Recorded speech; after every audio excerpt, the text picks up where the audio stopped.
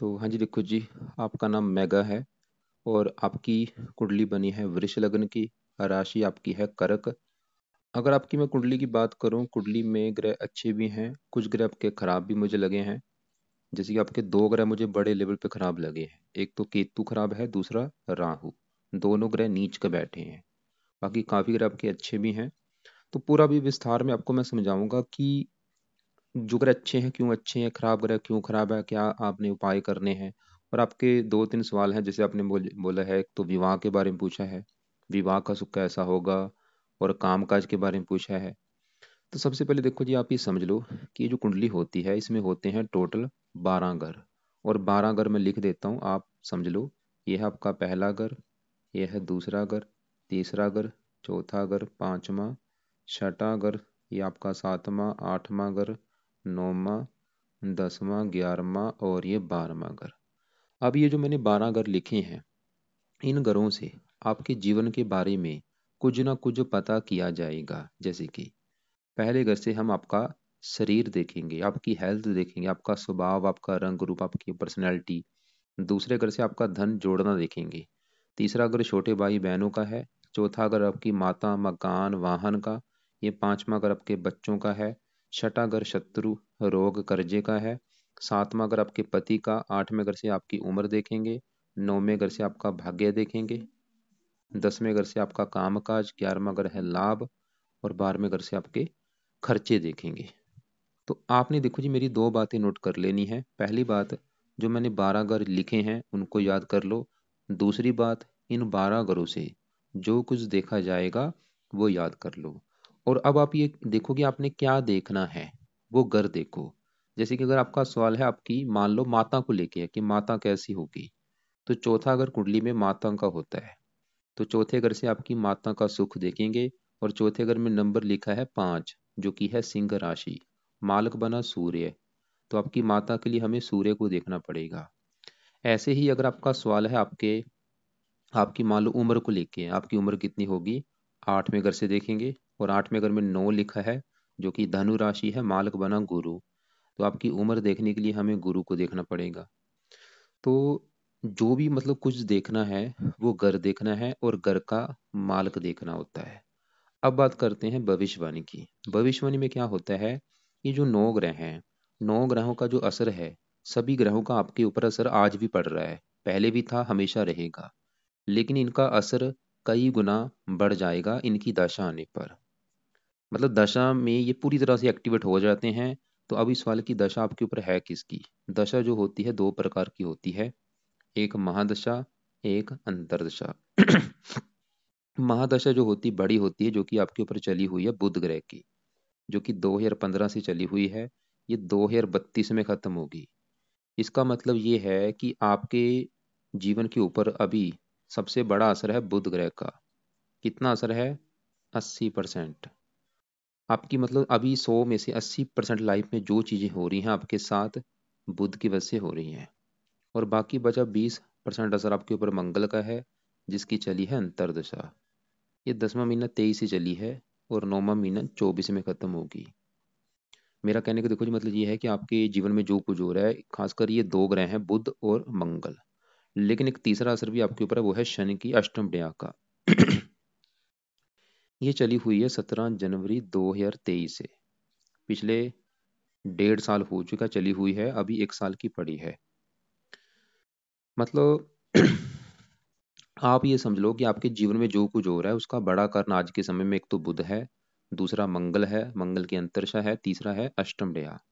सबसे पहले मैं शनि की अष्टम दया की बात करता हूँ। आपने देखो जी साढ़े सदी सुनी होगी, सबने सुनी होती, साढ़े सदी को होती है, जो कि 7.5 साल की होती है। ऐसी डया भी होती है। डया दो प्रकार की होती है, चतुर डया, अष्टम डया। ये जो आपके ऊपर चली हुई है ये है अष्टम डया। और जब अष्टम डया किसी के ऊपर आती है, ये सबसे ज्यादा खराब होती है। अष्टम डया जब आती है, लाइफ में हजारों दिक्कतें आती हैं, दिक्कतें, परेशानियां, रुकावटें, स्ट्रगल, चिंता, भाग दौड़। आप चाहे नोट कर भी लो कि जब से ये अष्टम डे आई है आपकी लाइफ में दिक्कतें आ रही होंगी, नोट कर लो। चाहे 17 जनवरी 23 के बाद पिछला 15-16 महीने हो चुके हैं, नोट कर लो कि जब से ये आई है लाइफ में सच में ही दिक्कतें आ रही हैं, परेशानी आ रही है। अष्टम डे अच्छी भाई नहीं होती। तो अष्टम जैसे कैसे बचना अभी आपको मैं उपाय इसके बताऊंगा। लेकिन उससे पहले देखो जी, आपके ऊपर बड़ी दशा है बुध की। सवाल है कि ये आपका कैसा है? बुध आपका काफी अच्छा है। एक आपके ऊपर चल रही है मंगल की अंतर्दशा, ये आपका ये भी थोड़ा सा खराब है। बुध फिलहाल अच्छा है, लेकिन आपके जो कुंडली में मुझे दो ग्रह खराब लगे हैं, एक तो राहु और केतु। पहले इनको मैं थोड़ा सा ज्यादा कवर करता हूँ कि ये क्यों खराब है, क्या खराब फल देंगे। सबसे पहले राहु की बात करते हैं। राहु आपका यहाँ पे बैठा है कुंडली के 7वें घर में।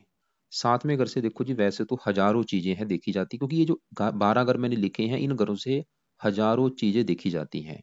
लेकिन आपको मैं क्योंकि शॉर्टकट में बता रहा हूँ सिर्फ। अब 7वां घर जो है, इस घर से मेन हम 3 चीजें देखेंगे। 7वां घर एक तो है आपके पति का घर, कि आपका पति कैसा होगा।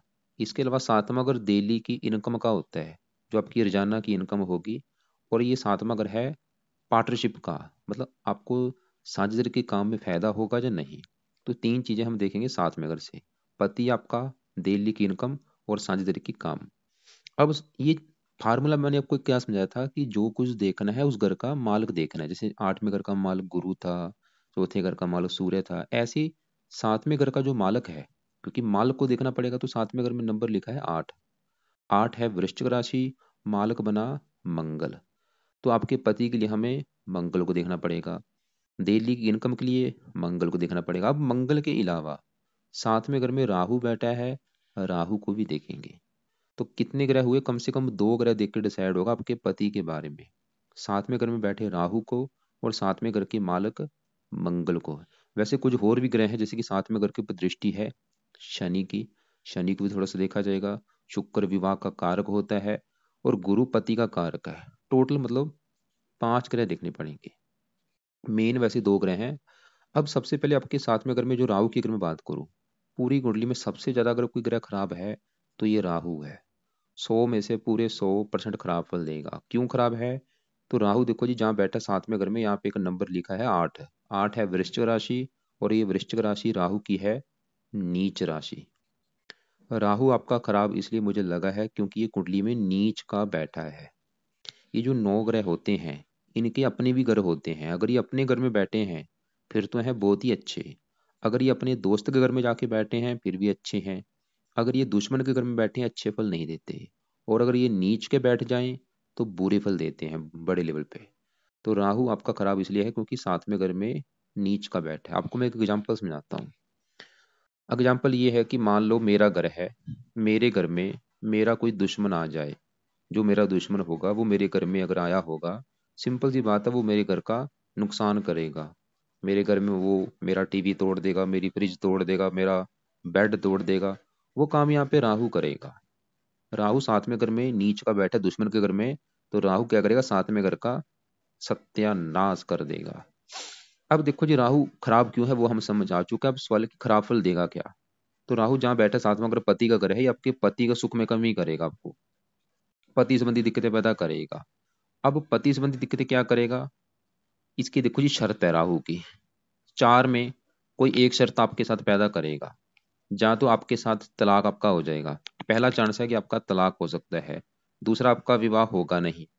तीसरा, विवाह अगर होगा उम्र निकल जाने के बाद, 35 साल 40 साल के बाद। या आपका मान लो आपकी पति पत्नी में लड़ाई झगड़े होते रहेंगे, कोई एक घटना आपके साथ होगी, जहाँ तो आपका तलाक हो सकता है, या विवाह काफी देरी से होगा। 35 साल मतलब अगर मान लो आपका 35 साल के बाद विवाह हो गया, तो आगे जाके आपका तलाक नहीं होगा। या आपका तलाक हो गया, ये घटना मतलब इसने एक चीज आपके साथ देनी है। अगर तलाक करा दिया ठीक है, या विवाह देरी से कर दिया वो भी ठीक है, या पति पत्नी में रोजाना लड़ाई झगड़े होंगे। तो और ज्यादा जो मैंने केस देखे हैं, ये पहले विवाह में सुख नहीं मिलने देता, दूसरे विवाह में सुख मिलता है। ये आपके साथ वैसे ज्यादा चांस ये है कि आपका तलाक हो सकता है और दूसरे विवाह में आपको सुख मिलेगा।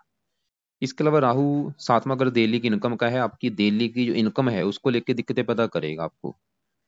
और अगर आप पार्टनरशिप में काम करती है उसमें आपको फायदा नहीं होगा।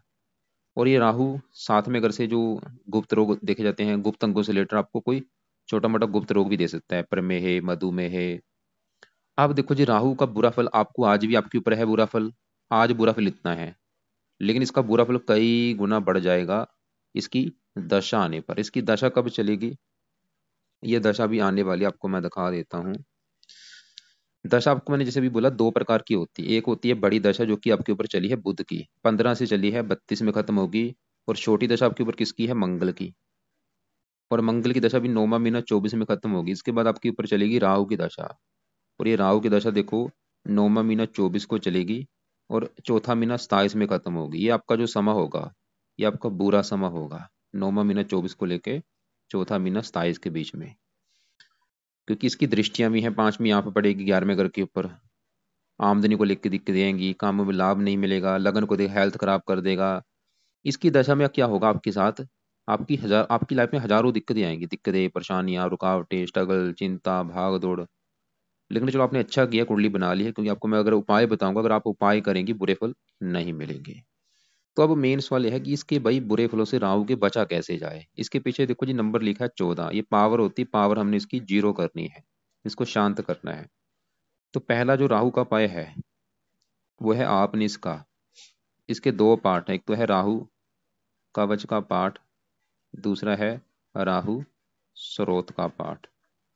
ये दोनों पाठ आपने रात के समय पढ़ने हैं या इनको सुना करो ज़्यादा से ज़्यादा। मतलब दोनों पाठ पढ़ने में आपके टोटल 4 मिनट लगेंगे। तो कोशिश करो दो दो तीन तीन पाठ रात के समय पढ़ लिया करो या इनको सुन लिया करो। तीसरा उपाय जो कि बहुत जरूरी है वो है आप इसका दान करो, क्योंकि दान से इसकी पावर कम होगी, शांत होगा दान करने से। अब दान क्या है?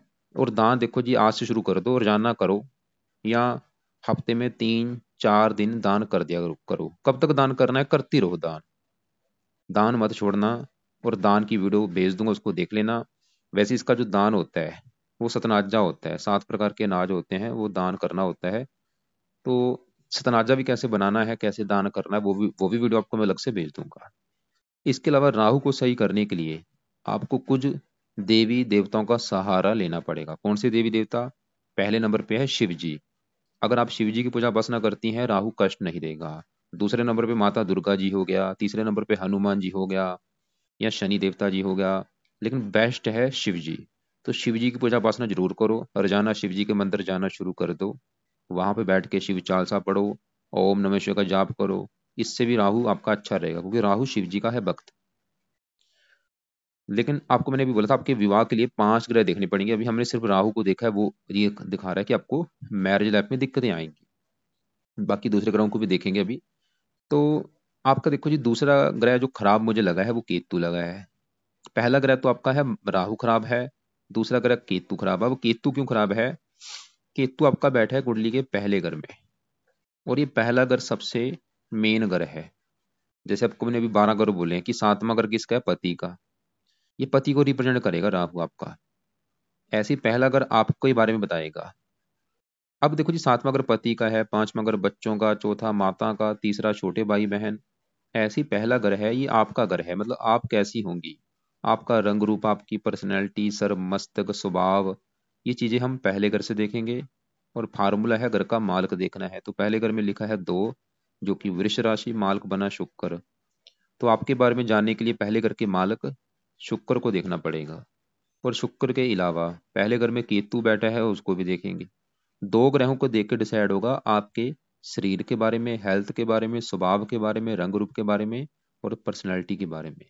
तो पहले मैं पहले घर में केतु की बात करूं, तो केतु आपका खराब इसलिए क्योंकि वो पहले घर में यहाँ पे जो 2 लिखा है, 2 है वृष राशि जो कि केतु की है नीच राशि। राहु क्यों खराब था? क्योंकि वो नीच का बैठा है। केतु क्यों खराब है? क्योंकि वो नीच का बैठा है। मतलब केतु पहले घर की हानि करेगा, राहु 7वें घर की हानि कर रहा है, पति घर की। केतु पहला घर आपका जो घर है, मतलब आपका शरीर है, हेल्थ, स्वभाव, रंग रूप, इनको खराब कर देगा केतु। आपकी हेल्थ खराब कर देगा, पर्सनैलिटी खराब कर देगा, रंग रूप खराब कर देगा, स्वास्थ्य खराब कर देगा, मानसिक चिंता देगा, डिप्रेशन का शिकार बना सकता है। खासकर इसकी दशा में भी दिक्कतें बढ़ जाएंगी। अब इसकी भी दशा आपको मैं दिखा देता हूँ। तो बड़ी दशा इसकी आगे चलेगी 32 में, 32 से लेके 39 के बीच में। इसमें आपकी हेल्थ खराब होगी, इसमें लाइफ में स्ट्रगल बढ़ेगा, दिक्कतें, परेशानियां, चिंता। ऐसा नहीं कि आज बुरे फल नहीं दे रहा, आज भी बुरे फल है, आज भी बुरे फल इतने हैं बस। बुरे फल बढ़ेंगे इसकी दशा में। छोटी दशा भी जब चलेगी उसमें भी दिक्कतें आएंगी। छोटी दशा इसकी वैसे निकल चुकी 17 से 18 के बीच में। तो इसके भी सवाल है कि क्या उपाय है। पहला उपाय इसका भी जो है वो केतु कवच का पाठ आप पढ़ो, और दूसरा उपाय इसका भी दान करो। इसका भी दान की वीडियो अलग से भेजूंगा, उसको देखना। वैसे इसका एक दान है, कुत्तों को रोटी डाला करो, क्योंकि ये लगन में बैठ के आपको लाइफ में स्ट्रगल कराएगा, आगे बढ़ने में दिक्कतें पैदा करेगा आपके। तो हमने आपके देखो जी 2 ग्रह भी देखे हैं जो ज़्यादा खराब है, राहु खराब है और केतु खराब है। तो अब आपके पहले मैं यहाँ पे शनि की बात करता हूँ, और शनि आपका 100 में से 70 से लेके 80% आपको देगा अच्छे फल, थोड़े से खराब फल भी देगा लेकिन अच्छे फल ज़्यादा है। तो शनि की बात करें तो शनि कहाँ बैठा है? 10वें घर में। अब पहले ये समझो 10वां घर है किसका? 10वें घर से देखा जाएगा आपका काम काज, जो भी आप नौकरी कारोबार करेंगी 10वें घर से। 10वां घर आपके पिता का भी है, पिता कैसा होगा? 10वां घर सरकार का भी है, और है मान प्रतिष्ठा का। ये चार चीजें हैं 10वें घर से देखेंगे। और फार्मूला क्या है? घर का मालिक देखना, मतलब 10वें घर की भी जो चीजें मैंने बोली उसके लिए 10वें घर का जो मालिक है उसको देखना पड़ेगा। तो 10वें घर में क्या लिखा है? 11 नंबर। 11 है कुंभ राशि, मालिक कौन बना? शनि। हमें देखना पड़ेगा शनि को, और वो कहाँ बैठा है? इसी घर में बैठा है। मतलब आपका शनि इतना मुझे क्यों अच्छा लगा, क्योंकि वो 10वें घर का मालिक है, 10वें घर में ही बैठा है। आपको मैं फिर एग्जाम्पल समझाता हूँ। जैसे कि मेरा घर है, मैं अगर अपने घर में बैठा हूँ तो मैं तो भाई अपने घर का अच्छा करूंगा, अपने घर की रक्षा करूंगा, देखभाल करूंगा, सफाई रखूंगा। दुनिया का कोई भी इंसान अगर वो अपने घर में होगा हमेशा अपने घर का अच्छा करेगा। ऐसे ही ग्रह हैं, अगर अपने घर में बैठे हैं अपने घर का अच्छा करते हैं। तो शनि 10वें घर में, 10वें घर का मालक है, 10वें घर में बैठा है, एक योग बना है शस्य योग, पंच महापुरुष योग में से उत्तम योग है। तो शनि 10वें घर का अच्छा क्या करेगा? अब सवाल ये है, 10वां घर काम काज का है, शनि ये दिखा रहा है कि आपको काम काज का सुख मिलेगा बहुत ही अच्छा, नौकरी कारोबार का सुख अच्छा मिलेगा। कौन सा काम काज? शनि से जुड़ा काम काज। अगर आप शनि से जुड़े काम काज करती हैं उसमें आपको फायदा होगा, या आप शनि से जुड़े काम काज करेंगी भी। और ऐसे मैंने हजारों कुंडलियां देखी, जब भी शनि 10वें घर में अपने घर में होता है, ऐसे जो लोग होते हैं वो जज होते हैं, या तो जज होते हैं, या वकील होते हैं, या आईपीएस अधिकारी होते हैं, या आरजीएस अधिकारी होते हैं, मतलब सरकारी नौकरी में होते हैं ऐसे लोग, या राजनीति में होते हैं। तो शनि आपकी सरकारी नौकरी लेके बैठा है। 10वां अगर पिता का है, ये पिता का सुख अच्छा दिखा रहा है। सरकार का है, सरकारी सुख अच्छा दिखा रहा है, सरकार से सुख मिलेगा, मान प्रतिष्ठा अच्छी देगा शनि आपको। और शनि का एक और घर है, ये 9वां घर, और 9वें घर से देखा जाएगा भाग्य है। भाग्य देखना है आपका 9वां घर, 9वें घर में 10 लिखा है, मकर राशि, मालक है शनि। शनि आपको भाग्यशाली भी बनाएगा। शनि की 3 दृष्टियां हैं। तीसरी दृष्टि पड़ेगी 12वें घर के ऊपर, यहाँ पे नीच राशि है, खर्चे बढ़ाएगा। साथ में यहाँ पे चौथे घर के ऊपर 10वीं पड़ेगी पति घर के ऊपर, शनि भी आपके विवाह में देरी कर देगा। मतलब शनि का जो बुरा फल है ये विवाह में देरी करेगा, और विवाह हो गया तो पति से मनमुटाव भी होगा, शनि भी एक कारण बना है। तो हमने देखो जब देखा कि शनि आपके काम काज के लिए अच्छा है, पिता के लिए अच्छा है, और भी कई प्रकार के अच्छे फल देगा, लेकिन वो थोड़ा सा बस विवाह में देरी का कारण बनेगा, और विवाह हो गया तो पति से मनमुटाव होगा। तो अब आपके देखो जी हमने 3 ग्रह देख लिए हैं, अब आपके बात करते हैं, यहाँ पे शुक्र की बात करता हूँ। शुक्र भी आपका काफी अच्छा है। मैंने आपको भी जैसे बोला था, ये जो पहला घर है किसका घर था? आपका शरीर, सेहत, स्वभाव, रंग रूप। और आपको मैंने बोला अगर आपका ये शरीर देखना है, हेल्थ देखनी है, 2 ग्रह देखने पड़ेंगे। पहले घर में बैठे केतु को, और पहले घर के मालक शुक्र को। केतु हम देख चुके हैं, वो तो ये दिखा रहा है कि आपकी हेल्थ खराब होगी, आपको लाइफ में स्ट्रगल करना पड़ेगा, बीमार होंगी आप। लेकिन पहले घर का मालक जो शुक्र है वो काफी अच्छा है आपका। शुक्र क्यों अच्छा है? क्योंकि वो जहाँ बैठा है दूसरे घर में, वो यहाँ पे 3 लिखा है, मिथुन राशि, ये घर है बुध का घर। ये बुध के मतलब अपने एक दोस्त के घर में आके बैठा है। जैसे कि देखो जी मैं फिर एग्जांपल समझाता हूँ। मेरे घर में मेरा कोई दोस्त आ जाए, अब मेरा दोस्त मेरे घर में आया होगा, वो मेहमान बन के आएगा, तो वो मेरे घर का कोई नुकसान नहीं करेगा, वो काम यहाँ पे शुक्र करेगा। दूसरे घर में बुध घर में बैठा है, बुध को अपना मानता है मित्र, तो शुक्र दूसरे घर का कर देगा अच्छा। दूसरा घर किसका है? धन जोड़ने का, परिवार का, वाणी का। तो शुक्र मतलब फिर भी ये दिखा रहा है कि आपको धनी बनाएगा, धन की कमी नहीं रहने देगा, आपको परिवार का सुख मिलेगा, आपकी वाणी अच्छी कर देगा। और शरीर का मालक है, शरीर अच्छा रखेगा, सेहत अच्छी, स्वभाव अच्छा, रंग रूप अच्छा। खासकर शुक्र की दशा भी आपकी काफी अच्छी जाएगी। ये छठे घर का भी मालक है, ननिहाल भी आपका धनी होगा, या ननिहाल से आपको धन मिलेगा। शुक्र के जुड़े कामों से भी आप धन कमा सकती हैं। और शुक्र मैंने आपको बोला था विवाह के लिए 5 ग्रह देखने पड़ेंगे, क्योंकि शुक्र विवाह का कारक है। शुक्र वैसे विवाह का सुख अच्छा दिखा रहा है विवाह होने के बाद भी धन आना शुरू होगा। शुक्र ये दिखा रहा है। तो अब देखो जी, आपके यहाँ पे पांचवें घर में बैठे मंगल और मैं गुरु की बात करता हूँ। ये जो घर है, पांचवा घर है, ये घर है आपकी संतान का घर। संतान कैसी होगी, पांचवा घर देखेंगे। पांचवा घर आपकी पढ़ाई का भी है और आपकी बुद्धि का भी है। तीन चीजें पांचवें घर से देखेंगे, संतान, पढ़ाई और बुद्धि। और फार्मूला क्या है, घर का मालक देखना है। तो पांचवें घर में नंबर है 6, 6 है कन्या राशि, मालक बुध है, हमें बुध को भी देखना पड़ेगा। और बुध के अलावा पांचवें घर में मंगल और गुरु बैठे हैं, इनको भी देखना पड़ेगा। तीन ग्रहों को देख कर डिसाइड होगा पांचवें घर की चीजों के बारे में। तो पहले मैं पांचवें घर में बैठे अगर मंगल की बात करूं, जिसकी आपके ऊपर अभी दशा चली भी हुई है, पिछला ये 7-8 महीने हो चुके हैं। देखो जी, सवाल है कि मंगल है कैसा।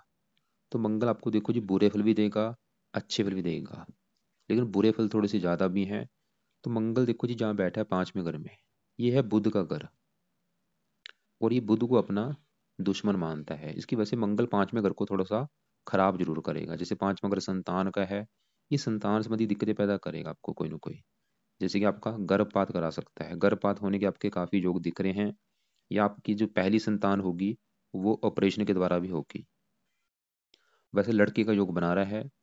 और पांचवा अगर पढ़ाई का है, अभी इसकी दशा में आपकी पढ़ाई में भी दिक्कतें पैदा करेगा ये। पढ़ाई में दिक्कतें आएंगी, बुद्धि भ्रमित कर देगा। लेकिन देखो जी, मंगल बैठा इस घर में आके है, लेकिन मंगल के अपने दो घर हैं। कौन से घर हैं? एक तो मंगल का जो घर है ये सातवां घर, क्योंकि मैंने बोला था सातवां घर पति का घर है, और सातवें घर में नंबर है 8। 8 है वृश्चिक राशि, मालक बना मंगल। तो पति के लिए किसको देखना पड़ेगा? सातवें घर के मालक मंगल को। जो कि मैंने पहले बोला, पति के लिए 5 ग्रह देखने पड़ेंगे। सातवें घर में राहु को देखा। अब सातवें घर के मालक मंगल की बात करूं, तो सातवें घर से बैठा है 11वें घर में। पांचवा घर प्रेम का भी, मंगल ये दिखा रहा है कि आपका प्रेम विवाह भी हो सकता है। काफी मात्रा में आपके प्रेम विवाह के भी योग है। अगर प्रेम विवाह होता भी है, हो सकता है वो कोई दूसरी जाति का लड़का हो, अदर कास्ट के लड़के के साथ भी हो सकता है। तो प्रेम विवाह के योग दिख रहे हैं, मतलब मंगल आपका विवाह के लिए अच्छा है। प्रेम विवाह भी होगा, जहाँ विवाह का सुख अच्छा है, पति से प्रेम मिलेगा, वो तो ये दिखा रहा है। लेकिन वो थोड़ा सा संतान के लिए अच्छा नहीं है, और पढ़ाई में दिक्कतें पैदा करेगा। और ये 12वें घर का स्वामी है, खर्चा, हानि, संतान की हानि कर सकता है। हानि मतलब जैसे गर्भपात होना। तो अभी जो मंगल की दशा है, जब तक ये मंगल के आप उपाय थोड़े से जरूर करो, ताकि ये दशा आपकी अच्छी जाए। पहला उपाय जो है, आप मंगल का दान करो। जो कि आपने करना है हर मंगलवार को। लाल रंग की वस्तु ले लो, 5 किलो 10 किलो, वो दान मंगलवार को करना है। और मंगल ग्रह का दान क्या है, वो आपको मैं अलग से वीडियो भेज दूंगा। दूसरा उपाय, मंगल के देवता हैं हनुमान जी।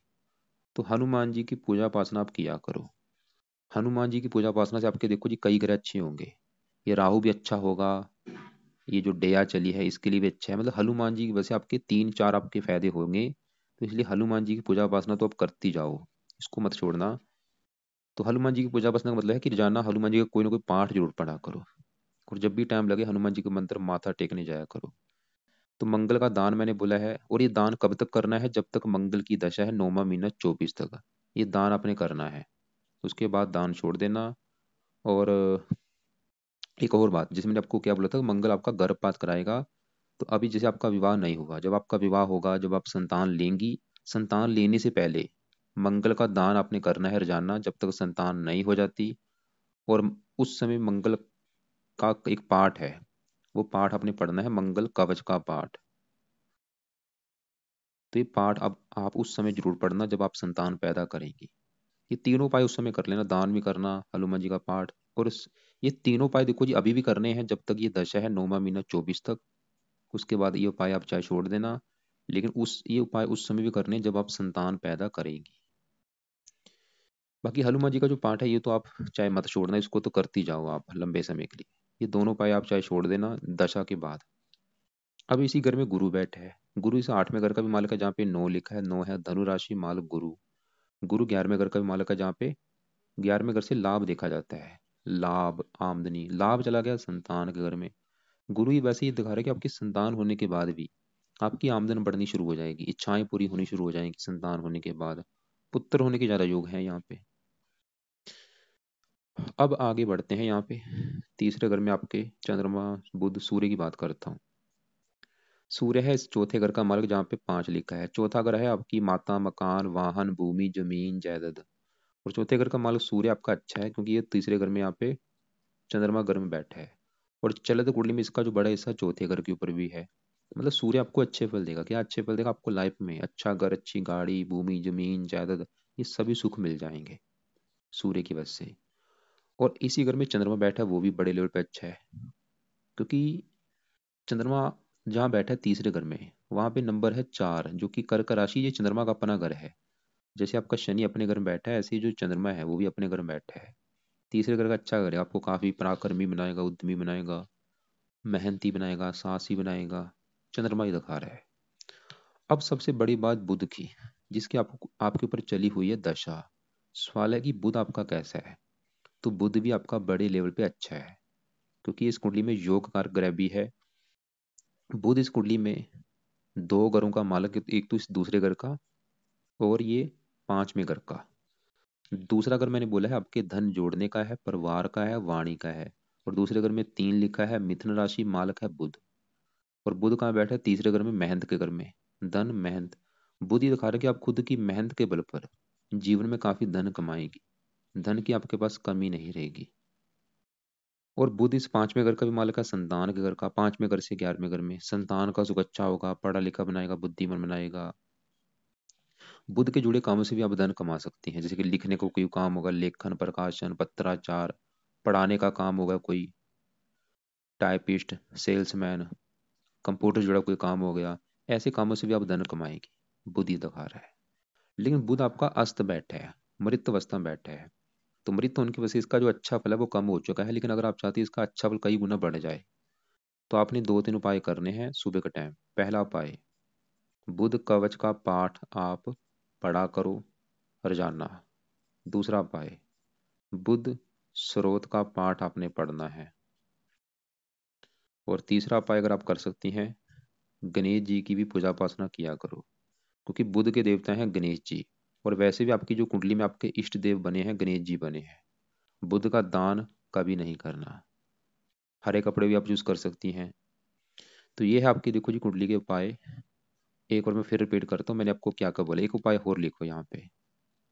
रात के समय जो आपने करना है वो है शनि चालीसा का पाठ, और शनि चालीसा और शनि मंदिर।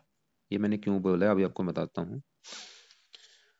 आपके देखो जी, एक तो आपका जो, क्योंकि जो ग्रह खराब है, एक तो राहु खराब है, केतु खराब है। अब इन दोनों के उपाय जरूरी हैं। तो राहु के उपाय में से राहु कवच का पाठ, राहु स्रोत का पाठ, और राहु का दान। तो 3 उपाय राहु के हो चुके हैं। बाकी मैंने आपको बोला था आप शिव जी का सहारा ले लो, माता दुर्गा जी, इनकी पूजा उपासना आपने वो तो करनी है। तो रात के समय राहु कवच पढ़ना है आपने, राहु स्रोत पढ़ना है, और केतु कवच। और रात के समय आपने शनि चालीसा पढ़ना है। शनि चालीसा का पाठ कब तक पढ़ना है? अगले साल जून तक, क्योंकि आपकी जो अष्टम डेया चली हुई है, ये अष्टम डेया किसकी होती है? शनि की। तो अगले साल जून तक शनि चालीसा का पाठ रात को रोजाना पढ़ा करो, या इस पाठ को सुन लिया करो। ये सभी पाठ आप चाहे सुन भी सकती हैं, चाहे पढ़ लिया करो, चाहे सुन लिया करो। और अगले साल तक आपने शनि मंदिर भी जाना है। वहां पे जब जाएंगी प्रार्थना किया करो कि आपके मैं मंदिर इसलिए आई हूँ, क्योंकि आपकी जो डेया चली है, अष्टम डेया, उसका मुझे बुरा फल ना मिले। और सुबह के टाइम क्या करना है? सुबह के टाइम मंगल कवच का पाठ 9वें महीने तक पढ़ना है, उसके बाद छोड़ देना। बुध कवच, बुध स्रोत, ये पाठ अपने सुबह के टाइम पढ़ने हैं, जो सुनने हैं, इनको मत छोड़ना 32 तक। और गणेश जी की पूजा उपासना भी आप इनके, गणेश जी के मंदिर जाया करो, इनका भी कोई ना कोई पाठ आप पढ़ सकती हैं। तो आपको एक तो मैंने देखो जी, राहु के लिए शिव जी की पूजा उपासना बोली है, मंगल के लिए हनुमान जी का पाठ बोला है, हनुमान जी के मंदिर जाने के लिए बोला है। और बुध के लिए आपको मैंने गणेश जी का पाठ बोला है, और शनि के लिए शनि देवता के मंदिर जाने के लिए बोला है। तो ये चीजें मैंने जो बताई हैं, पेन कॉपी लेके लिख लेना क्या क्या मैंने बोला है। अगर पूरी कुंडली का निचोड़ निकालूं, तो वैसे तो सब कुछ अच्छा है। धन के लिए अच्छा है, काम काज के रिगार्डिंग कुंडली बहुत अच्छी है। आप शनि से जुड़े जो भी और भी जो काम होते हैं, जैसे कि लोहे का कोई काम हो गया, सीमेंट का, शनि के आप देखना कि शनि के काम क्या है, उनसे जुड़ा काम आप कर सकती हैं। लेकिन आपकी जो सबसे नेगेटिव पॉइंट क्या है, आपकी कुंडली में मैरिज लाइफ में दिक्कतें आएंगी। जो बड़ा कारण है राहु ग्रह। लेकिन डिसाइड होगा आपके पति की कुंडली देख के। अगर उसकी कुंडली अच्छी निकली, फिर दिक्कतें ज़्यादा नहीं आएंगी। बाकी फिर भी आपके जो सवाल होंगे 1-2 के बीच में, या 5-6 के बीच में मुझे कॉल करके पूछ लेना।